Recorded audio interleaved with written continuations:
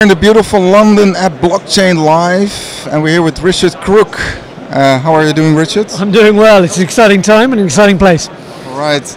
Actually, I was at the World Blockchain Forum, and you were there as a representative as the Royal Bank of Scotland, and now you work actually for another company. That's right. Myself and team have exited Royal Bank of Scotland. We're now running Chorum. I'm the CTO of Chorum, which is a blockchain venture studio. All right. And can you explain what explains this new step in your career, actually? It's really simple. The blockchain space is moving at a hell of a rate, and it's expanding beyond what any of us expected. It takes us back to the kind of mid-90s with the expansion on the internet, and to our end, we didn't want to miss this. It was a chance of a lifetime. So we've come out of RBS to go and do great things in the blockchain space.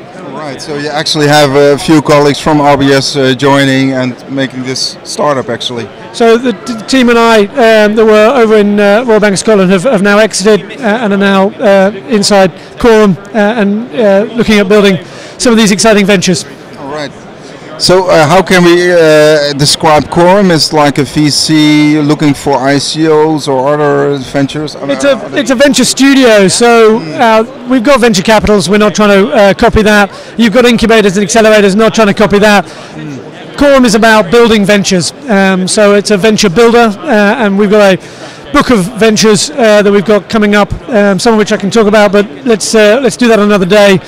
Today's about us standing up and getting going, but if you want to look at one of the ventures we've got, Arkit is currently out there looking at quantum key distribution, looking to secure the crypto space, and from that perspective, quantum's going to be with us, and the ability to quantum attack is going to be with us in the next 3 to 5 years. And Arkit's trying to solve that problem, and that's you can go and see on Arkit, arqit.io, and that website takes you where you want to go.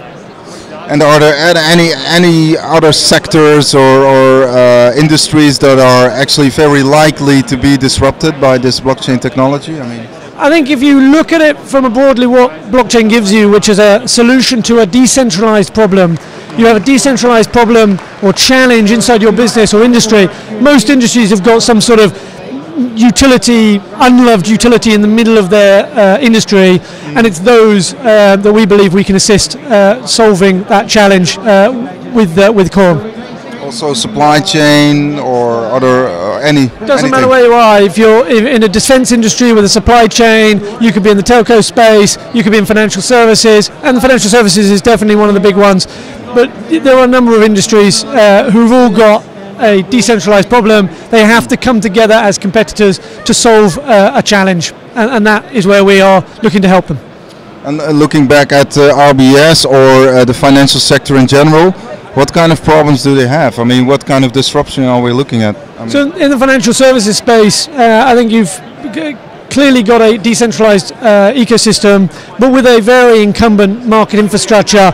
If you think of the market infrastructure that banks have to rely on, it makes it very difficult for them to operate. And what we're seeing with things like the ICO market is a disruption to the basics of capital issuance. And if you start disrupting that end of the banking industry, it has a knock-on effect all the way down. And over the last 10 years we've done fintech, which has simply been about issuing better coloured debit cards, which can only be described as lipstick on a pig. Yeah. When in actual fact it's the pig we want to go after, and that's where I would say the ICO space and tokenization is really driving that.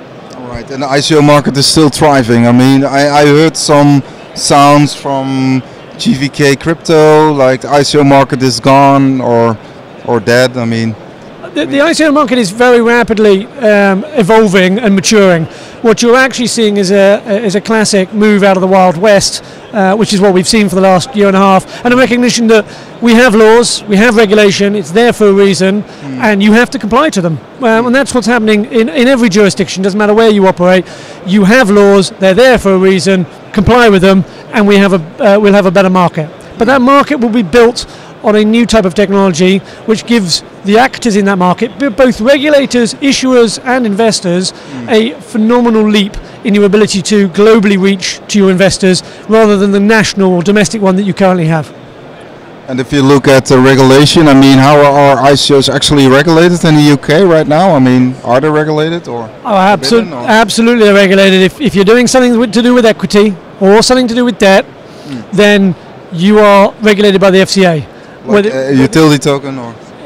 We try and get away from these terms. The utility token and the security token are Americanisms that are being played out in the SEC debate with Coinbase over in the US. Actually, if you come to the UK or into the EU, and it doesn't matter where you are in Holland or France, Germany, the UK, go to gdf.io as a website. You will see your regulators have already started to paint a picture of what you should be classing as your tokens. And they describe very clearly the token classes, and we do want to get away from this term utility token and security token because they don't help anyone. And it doesn't matter if you kind of rebadge ICOs into STOs or whatever you want to call them.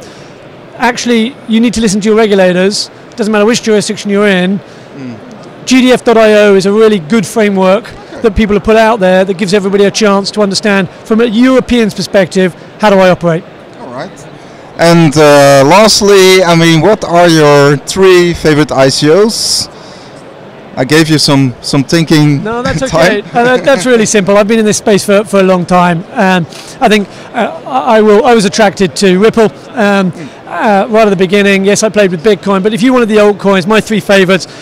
Ripple, because it gave us multi-currency, where Bitcoin is a single currency. So Ripple gets there as one of my favorites.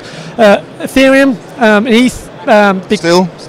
Because it gave us smart contracts, and then Dash, actually because it gave us governance. And those 3 things, governance, tokens, and smart contracts, and then lastly multi-currency. Let's say multi-currency or tokens is what Ripple gave us, smart contracts or conditional logic, which is what Ethereum gave us, and governance is what Dash gave us. Those 3 things you will now see in Cordate, which is the open source project that we've been contributing to as a team, and we're really proud of that. So you can go and watch Fuzz here at Blockchain Live, do his presentation, he'll do a demo, and those 3 things are out there now in the wild, and I would highly recommend you go to Cordite.foundation and have a look at what's coming in the enterprise space, because what we're going to see right now is enterprise tokens. All right. Thank you very much, Richard. Great, sir. All the best. Good to see you. Yes. There you go. Enjoy. Yeah, thank you.